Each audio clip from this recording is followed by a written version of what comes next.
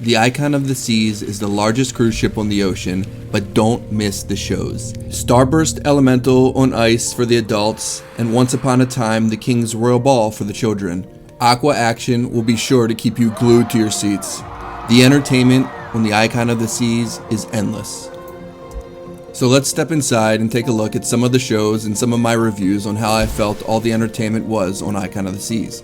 World champion juggler Adam Cario, the effectors, the origin story, and even a blacklight puppet show at Adventure Ocean. There's so much entertainment and shows on the Icon of the Seas that your first concern might be, how do I schedule all of this around my dining, around the ports of call? I don't want to miss a thing. You really don't have to worry. After boarding the ship, I realized you could go to any show, even if you didn't have reservations, as long as you showed up about 10 minutes ahead of time. Maybe you wouldn't get the best seats, but you could always attend a show and attend a show multiple times. My first recommendation is to try and see all of the game shows that are in the larger theaters. So that would include the Royal Theater, the Aqua Theater, and Absolute Zero. All of these game shows are full of comedy and were a great time. There's even a party of the day, which will always be held on the promenade, and include things like the balloon drop, which is a 70s disco party, a silent dance event, and one-hit wonders. And the Ships Ahoy Parade, which is great for the family and held on the promenade at 4:45 and 10:30 on some evenings. So how was all this entertainment on the Icon of the Seas? I can honestly say all of the entertainment on the Icon of the Seas was on par with some of New York's best Broadway shows. And then all the smaller shows were still super fun. Try and see everything you can. There's multiple time slots of the same shows, so you can always catch something that you missed. There is so much entertainment on this ship, and I really love the children's story time at night and the relaxing ocean.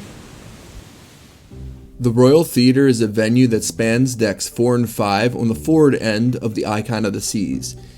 It can hold 1,400 people and has a variety of technology, including a tracking system, lifts, and a fly space, which allows for set pieces to go over top the audience.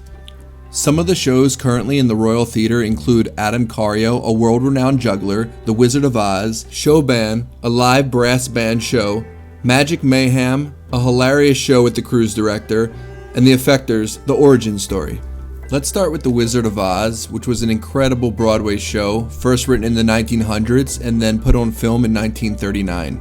I'm from New York and I've seen a lot of Broadway shows, and these sets rivaled most of what I've seen in New York. Just look at how they executed the tornado scene in the opening of the show.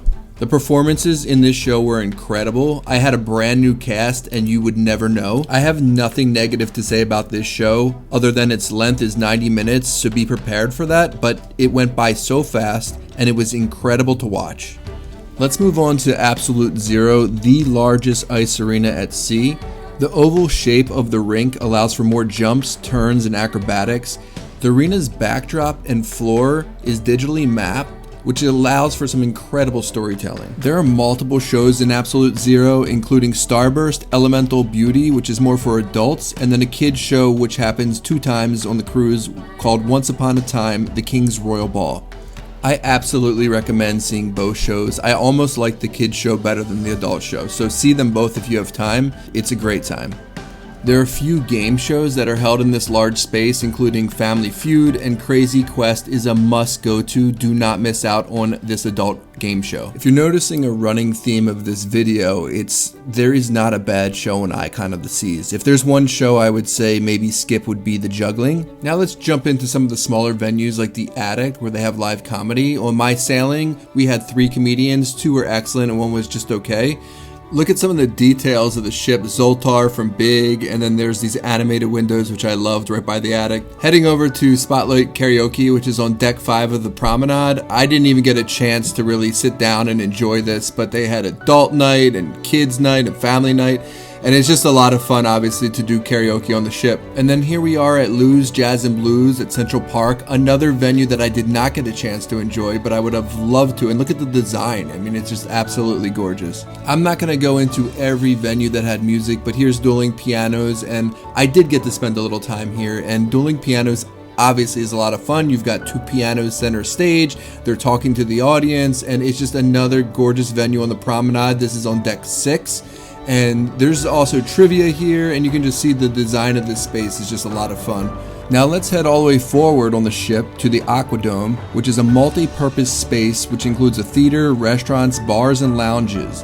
The Aquadome is 82 feet tall and 164 feet wide. They also did host trivia here and some other game shows, but really the crown event here is the Aqua Action Aqua Show, and it is just fabulous to go and see this.